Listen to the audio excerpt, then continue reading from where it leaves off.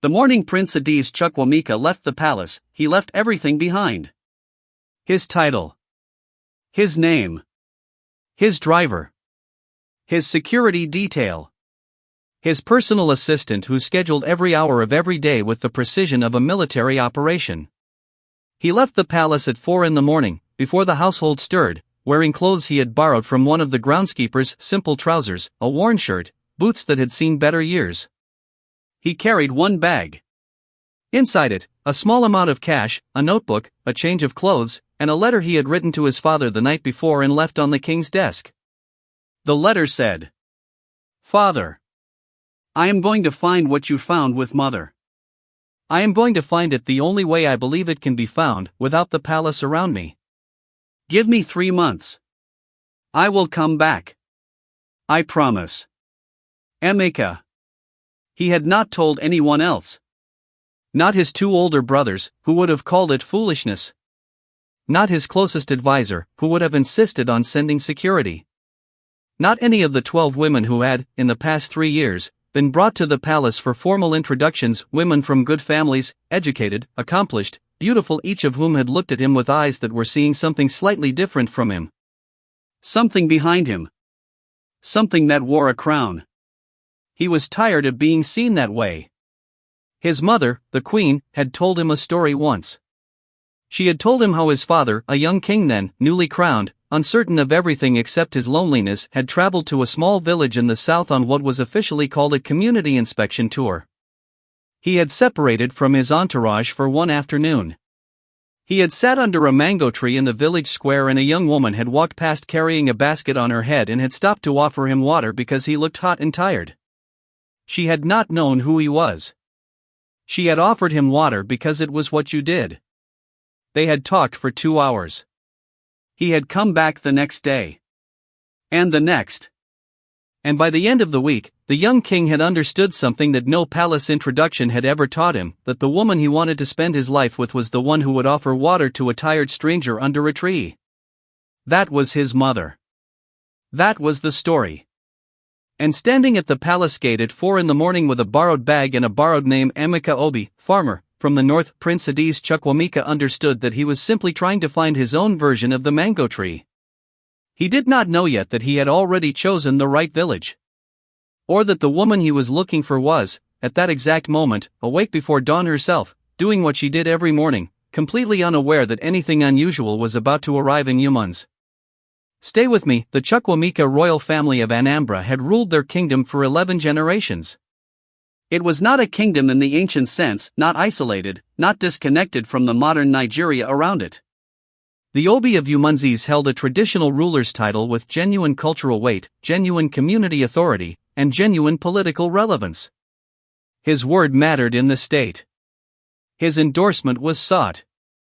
His compound received visitors of substance from across the country. His 3 sons had grown up inside this weight. The first, Chabiz, had embraced it entirely. He was 36 now, serious, politically connected, already deep in the machinery of traditional governance. He would be a proper heir. The second, Ikenna, had navigated it practically, building a law career in Lagos that kept him connected to the family but gave him room to breathe. The third was Emeka. Emeka was 29 and had spent most of his adult life trying to figure out how to be a person inside a structure that sometimes made personhood feel impossible. He was not rebellious in the dramatic sense. He did not refuse his responsibilities. He attended the functions, sat in the meetings, played the role with genuine care. He understood what the title meant to his community and he did not take it lightly. But privately, in the hours between duties, in the nights when he sat on his balcony and looked at the compound below and the city beyond, he felt a specific kind of loneliness that he could not fully explain to anyone who had not lived it. The problem was not that he was surrounded by people. The problem was that he was never sure which version of himself people were responding to. He had tried, twice, to form genuine relationships with women he had met through normal channels, one through a mutual friend, one at a professional conference he had attended. Both times, the moment they discovered who he was, and it always came out, always, something had shifted. Not dramatically. Not unkindly. The women were not calculating or unkind. But the shift was real. He could feel it. The way a conversation that had been easy became slightly more careful. The way the questions changed. The way he became, subtly, something to be managed rather than simply known. He understood it. He did not blame them. But he was tired of it. The final push had come from an unexpected direction. His father had called him into the study 3 months ago. It was a Sunday evening. The compound was quiet. The Obi sat behind his desk and looked at his youngest son with the expression of a man who has been watching something develop for a long time and has decided to speak. "You are not happy," the Obi said. Emeka opened his mouth to deflect. His father raised a hand. "Don't tell me you are fine. I am your father and I have been watching you be fine for 3 years. That is not what I asked." Emeka was quiet. "No," he said. "Not fully." His father nodded slowly. "Do you know what I was doing the week I met your mother?" "You were on a community inspection tour," Emeka said. "You've told me." "I was running away," his father said. Emeka looked up. "I had been crowned 6 months. I was 26 years old and I was the Obi and I had no idea how to be a human being inside all of that." He paused. "I told my council I needed to inspect the southern communities. I got in the vehicle. And I told my driver to stop at the first village that looked like somewhere I could breathe." He looked at his son. "He stopped at Yumun South." "She was carrying a basket," Emeka said quietly. "She was carrying a basket," his father confirmed. "And she stopped and offered water to a stranger because it was a hot day and that is what people do. She did not know I was the Obi for 4 weeks. 4 weeks of me coming back every day on one excuse or another. And in those 4 weeks, I became a person again. Because she treated me like one." He looked at his son steadily. "Go find your mango tree," he said. "I will not tell you where to look. But go look." The village of Umunzis was not large. It was beautiful, in the specific way of places that have not been overworked, green and layered, sitting in the valley between 2 gentle hills, with a market that ran twice a week and a community of people who knew each other's business in the way that is sometimes suffocating and sometimes the most comforting thing in the world. Emeka arrived on a Thursday morning in a shared commercial vehicle from Aka. He had a name, Emeka Obi. A story, from a village in the north, looking for farm work while saving money to start his own small operation. His knowledge of farming was real. He had spent 2 summers during university on agricultural development projects and had learned enough to not embarrass himself. The village had a small guest house, 4 rooms above a general store, run by a woman named Mama Ngozi who asked no questions beyond whether you could pay the weekly rate. He paid the rate and said he would eat her food. Mama Ngozi looked at him with the eyes of a woman who had seen many things and said, "You look too fine to be a farmhand." "Thank you, Ma," he said pleasantly. She snorted and showed him his room. He found farm work the next morning. An elderly farmer named Papa Okonkwo had land he could no longer work alone since his son had gone to Lagos the previous year. He needed help. He couldn't pay much. But he fed well and he was flexible on hours. Emeka took the work. He spent the first week learning the land. Learning the crops. Learning Papa Okonkwo, who turned out to be a man of enormous quiet wisdom who delivered most of his observations about life through comments about soil and water and the patience required by growing things. Good farming, Papa Okonkwo told him one morning, is not about force. It is about understanding what the thing you are growing needs. And providing that. Without demanding it becomes something different. Emeka wrote that down. He first saw Adaora on the 6th day. She was at the village borehole in the early morning, filling 2 large containers with the brisk, practiced efficiency of someone who had done this 1,000 times without thinking about it. She was talking to another woman, something that made her laugh mid-sentence, her whole face shifting with it. He noticed the laugh before he noticed anything else. There was nothing performed about it. Nothing careful. Just a person finding something genuinely funny and responding to it completely. He carried his own container to the borehole and waited his turn. When she finished, she turned and found him there. Morning, she said, with the automatic friendliness of a village where strangers were noticed and greeted. Good morning, he said. She looked at him with mild curiosity. You're the one staying at Mama Ngozie's? The farm hand? Yes, he said. Emeka. Eudora, she said. She picked up her containers. Welcome to Humans. And she walked away with the ease of a person who had said what needed saying and had other things to do. He filled his container. He was thinking about the laugh. The days had a structure in Humans that Emeka found, to his surprise, deeply restoring. Early mornings were work, the farm, the borehole, the market preparations that the village ran twice a week. Afternoons were slower. Evenings gathered people under trees, at the compound entrance of one household or another, in the kind of conversation that had no agenda and no end time. He moved through this rhythm and felt something happen to him that he had not expected. He relaxed. Not the managed relaxation of a scheduled holiday. Real relaxation. The kind that comes when you are not performing anything, when nobody around you has any particular expectation of you beyond being a decent person who does his share. He was Emeka Obi. Farm hand. From up north. Pleasant enough. Strong worker. Quiet but not unfriendly. That was all anyone needed him to be. It was extraordinary. He saw Eudora again on the second Tuesday, at the market. She ran a small table, fresh vegetables from the garden she kept behind her family compound, and a few prepared items, groundnut cake, dried pepper, woven raffia bags that her aunt made. He stopped at her table to buy tomatoes. She was in the middle of an argument with a customer about price, not a heated argument, the familiar, almost theatrical negotiation that market tables operated on. Auntie, this price is the price, she was saying pleasantly. I did not grow these tomatoes to give them away. But my daughter. Your daughter will be well fed at this price, Eudora said. Come now. The customer bought the tomatoes.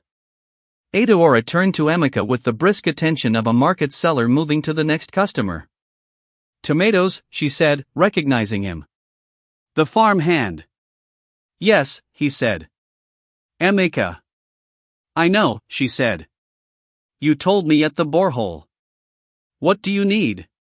He bought tomatoes and carrots and, without fully planning to, asked, Do you always sell here? Every Tuesday and Friday, she said.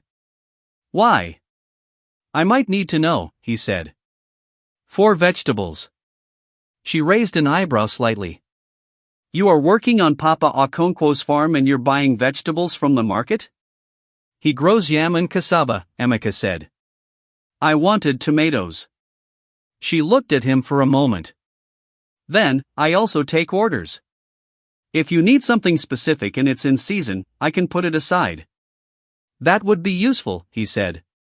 Leave a list at Mama Ngozie's, she said. She knows where to find me.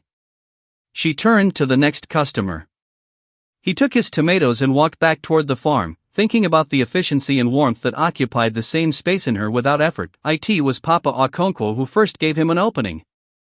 3 weeks into his stay, the old farmer's knee gave him trouble for 3 days running.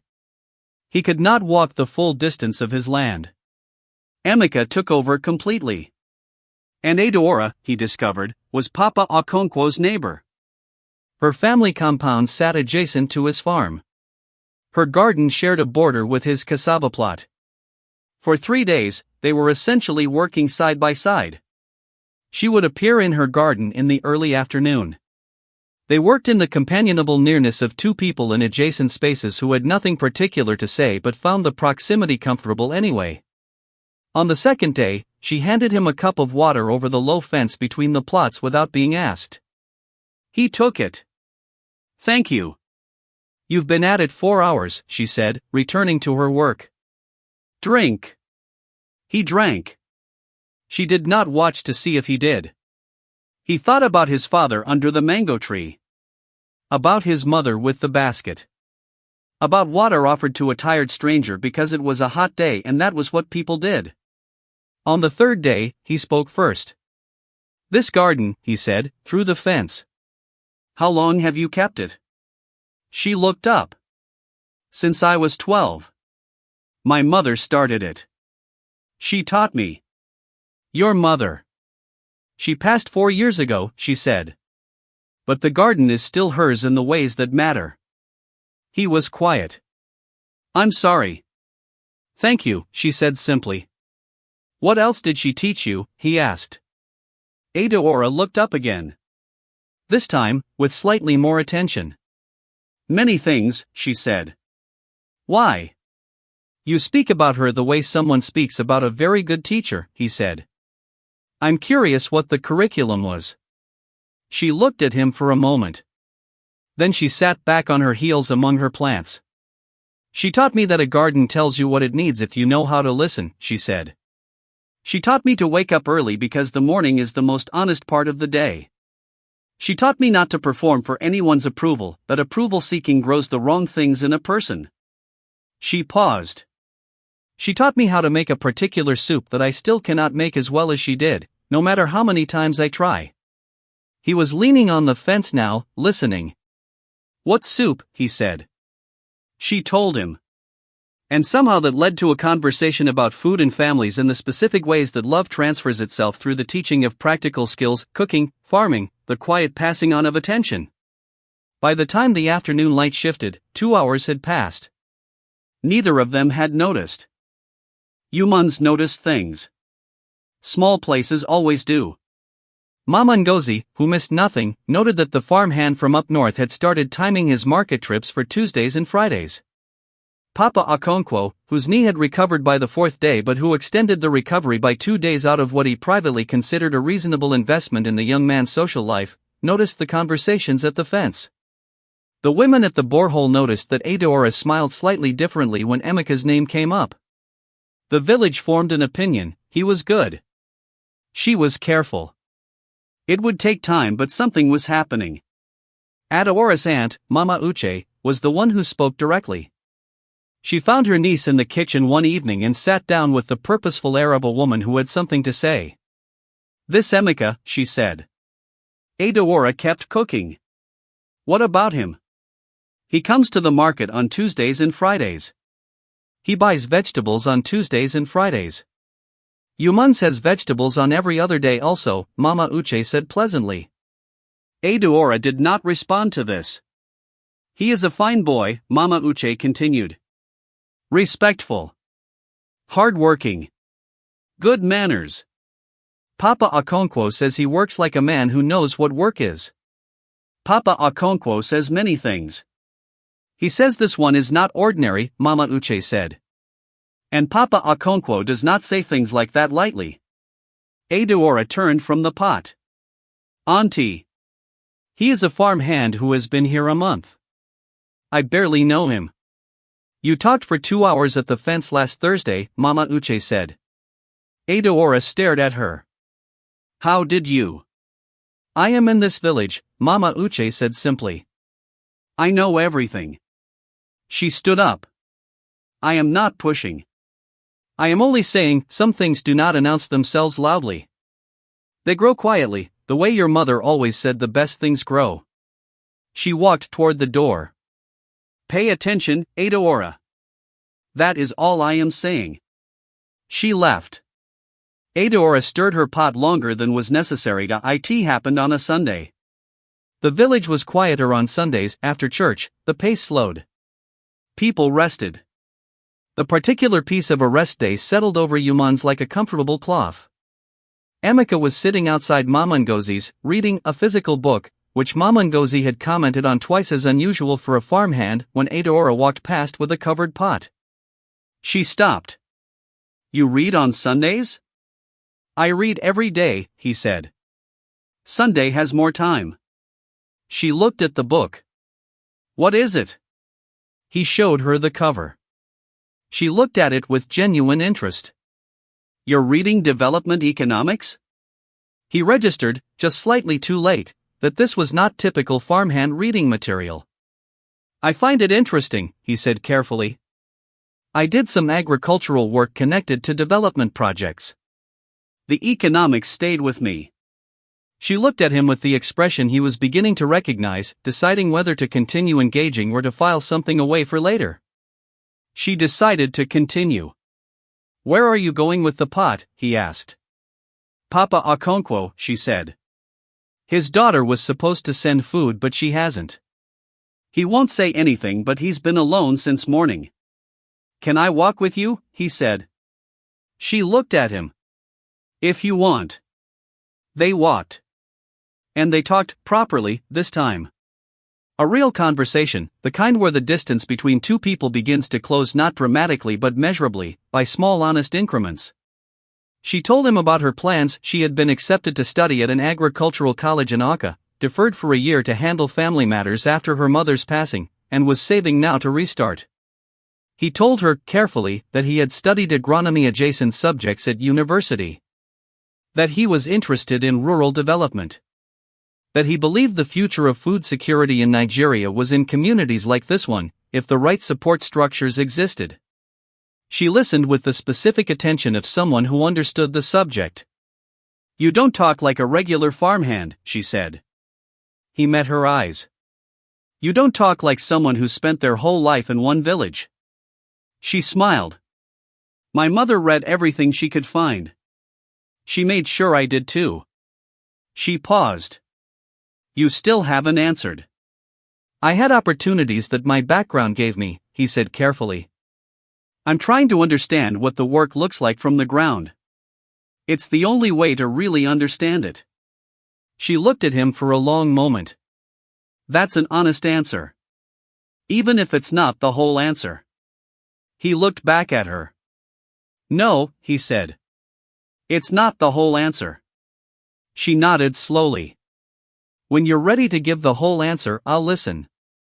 They reached Papa Okonkwo's compound. She knocked and went in. He stood outside and understood, with a clarity that was both simple and enormous, that he was in serious trouble. The specific kind of trouble that his father had described from under a mango tree. The kind that doesn't feel like trouble at all. In his 7th week, a problem arrived. A palace messenger, discreet, in a plain vehicle, brought him a sealed letter from his father. The Obi was patient, but patience had limits. There were functions. There were obligations. A state commissioner who needed the family's endorsement before the end of the month. And there was a line at the end of the letter. "Come home and bring her, if she is there. Or come home alone. But come home, my son. You are needed here." He sat with the letter for 2 days. He owed Adaora the truth. Not because anything formal had been declared between them. But between those fence-side words and Sunday walks, something real had been growing. And he could not leave without telling her what it had been growing alongside. He asked Papa Okonkwo if he could speak with Adaora. The old man looked at him with the eyes of someone who had known this was coming. "I will tell her you asked," he said. She came to the farm the next afternoon. She sat across from him at the bench near the tool shed and looked at him with those careful eyes. "You're leaving," she said. Not a question. "Yes," he said. "I need to go home." She nodded. "I thought the timeline was somewhere around now." He looked at her. "You thought. You came in the middle of the planting cycle," she said. "Farmhands who genuinely need work don't usually arrive in the middle of a cycle. They come at the beginning. And your hands show work. Real work. But not the kind of wear that comes from a lifetime of it." She paused. "I have been curious about the full answer since the 7th day." He was quiet. "Who are you?" she said. He told her. He told her his full name. His family. His title. The palace in Anambra. His father's story and his own version of it. The borrowed clothes and the borrowed name and the specific loneliness that had driven him to a village he had chosen because his father had once loved someone in a village like this. He told her everything. She sat across from him and listened without interruption. When he finished, the afternoon had shifted. The light was different. She looked at her hands. At the soil still under her nails from the morning's garden work. A prince, she said quietly. Not with awe. With the tone of someone organizing new information. Yes, he said. And in 8 weeks, you found what you came to find? He met her eyes. I found more than I came to find. She looked at him steadily. Emeka. I need to ask you something clearly. Anything. What happens when you go back? To the palace, to the title, to everything that comes with your name, what happens to whatever this is? I am a village girl. I sell tomatoes at a market and I keep my mother's garden and I am saving for agricultural college. What does that look like inside a palace? I don't know the details yet, he said honestly. But I know that I do not want to go back to a life where the person beside me is responding to a title rather than to me. You have spent 8 weeks responding to me. To Emeka. Not to anything behind it. I didn't know what was behind it, she said. I know, he said. That's exactly the point. She was quiet for a long time. The farm was still around them. The garden was visible through the fence. I need time, she said finally. I know. I am not going to decide anything on the basis of a title. Or on the basis of what walking away from this might mean for my future. She looked at him directly. I need to decide on the basis of who you are. And I need more time to be sure I know that. How much time? He said. Come back in a month, she said. Come back without borrowed clothes and without a different name. Come as yourself. And we will continue the conversation that we started at the fence. A month, he said. A month, she confirmed. She stood. She smoothed her dress. Emeka, she said. Yes. The book you were reading on Sunday. The Development Economics one. She paused. I have read it. If you come back, bring another one. I'll bring my notes on that one and we can argue about the chapter on rural credit access. He stared at her. She walked back toward the garden. He sat at the bench and laughed, a real, complete laugh, the kind that releases something that has been carefully held. He was going to come back. He had never been more certain of anything. He came back in exactly 1 month. He came in a proper vehicle. Not a convoy, he had asked for that specifically. Just one car, driven by his most trusted aide, Uchenna. He wore good traditional clothing, not royal regalia, not borrowed overalls. His own clothes, well-made, appropriate, real. He arrived on a Tuesday. The market was running. He walked to her table. She was in the middle of the familiar negotiation with a customer about tomato prices. She saw him over the customer's shoulder. She finished the negotiation, sold the tomatoes, turned to him. She looked at him. At the car visible in the distance. At the clothes. At the man who was, she now understood, the same man she had known for 8 weeks, just more fully visible. You came on a Tuesday, she said. You said I should come back, he said. I came on the day I know you're here. She looked at him for a long moment.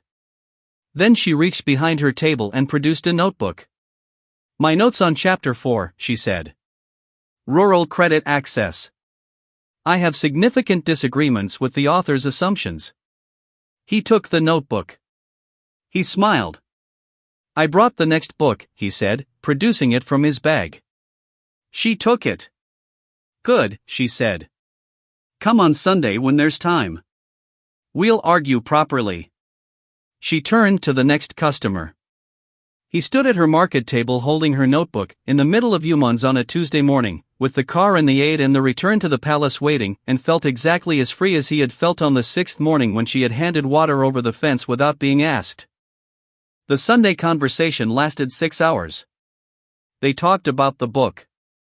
They talked about rural credit systems and community savings cooperatives and the specific model that Adora had been developing in her notebook, not theoretically, but based on what she had watched work and fail in humans over years of careful observation. He listened with the full attention of someone who was hearing original thinking. This model, he said at one point, looking at her notes. Have you written this up formally? I've written it for myself, she said. I don't have the framework yet to write it for anyone else. When you go to agricultural college. If I go, she said. When, he said firmly. She looked at him. The college application, he said carefully. I would like to help facilitate it. Not as a favor. As someone who believes the thinking in this notebook should have proper academic context around it. He paused. And separately from that, I want to continue this. Whatever this is. As itself. Not connected to anything I can offer or facilitate. Just as itself. She looked at her notebook in his hands. You have to understand something, she said. Tell me. I will not follow a title, she said. I will not become something that sits beside a position and performs appropriateness. If what is between us grows, it grows between us. Two people. Whatever their contexts. I understand that, he said. It is, in fact, exactly what I came to the village to find. She looked at him for the long, careful look. I know, she said. I've known it for a while. And, he said. She was quiet. The afternoon light was on the garden. The same garden her mother had started. And, she said slowly, the full answer to the question I asked at the fence is that I would like to give this the time it needs to grow into what it might become. She paused. Like a garden. He smiled. Papa Okonkwo would approve of that comparison, he said. Papa Okonkwo told me last week that you work like a man who understands patience, she said. That is the highest compliment he gives. I know, he said. He told me about your mother's garden the second week. He said she taught you that the thing worth growing always takes the most time. She looked at him. You talked to Papa Okonkwo about me, she said. He talked to me about you, he said. I listened. She shook her head slightly. You're impossible, she said. I've been told, he said. She reached across and took back her notebook. Come back next Sunday, she said. I have more notes. And I want to hear your honest thoughts on the cooperative credit chapter. I'll be here, he said. And Emeka. Yes. She looked at him with the unguarded look that had nothing performed in it, the same look he had first noticed at the borehole, in the laugh he had seen before he knew anything else about her. Welcome back, she said. As yourself. Thank you, he said. For seeing him. 6 months after his first arrival in Humans, a quiet ceremony was held in the village square. Not a royal ceremony. Not yet, that would come later, properly, with everything it required. This was something else. A betrothal acknowledgement, done in the village way, with Papa Okonkwo as the most enthusiastic elder witness and Mama Uche crying from the 3rd minute onward and Mama Ngozi saying she had known from day one and anyone who doubted that could ask her directly. Adeora wore her mother's best wrapper. Emeka wore traditional dress, his own, proper, no borrowing. His father, the Obi, sat in the front of the gathering with the expression of a man watching his own story repeat in the next generation, the story of a young man who went looking in the right place and found someone who would offer water to a tired stranger because it was a hot day and that was what people did. He had known, reading the letter at 4 a.m, that his youngest son would come back with something. He had not known it would come in the form of a woman who sold tomatoes on Tuesdays and Fridays and kept her late mother's garden and had notes on development economics that were genuinely original thinking. He approved completely. After the ceremony, he found Papa Okonkwo under a mango tree at the edge of the compound. The old farmer was eating a small meal, satisfied with the day. The Obi sat beside him. You looked after him, he said. He looked after my farm, Papa Okonkwo said. We were useful to each other. And her, the Obi said. You looked after her too? Papa Okonkwo looked at the ceremony still taking place across the compound. At Adeora laughing at something Emeka had said, Mama Uche still crying nearby, the village gathered in celebratory. Her mother's garden is still producing, he said simply. The best gardens always do. The Obi sat with this. A mango tree. A basket. Water offered to a stranger. A village. A fence. A woman who listened without performing and spoke without seeking approval and handed water to a tired man because it was a hot day and that was what people did. The story, it seemed, repeated itself in the best possible ways. He hid his crown and borrowed clothes and walked into a village looking for something real. He found a woman who grew things with patience, who offered water without waiting to know its worth, who listened with her whole self and asked for nothing except the truth. He gave her the truth. She gave him something no palace had ever managed to give, it the simple, extraordinary experience of being known. The end.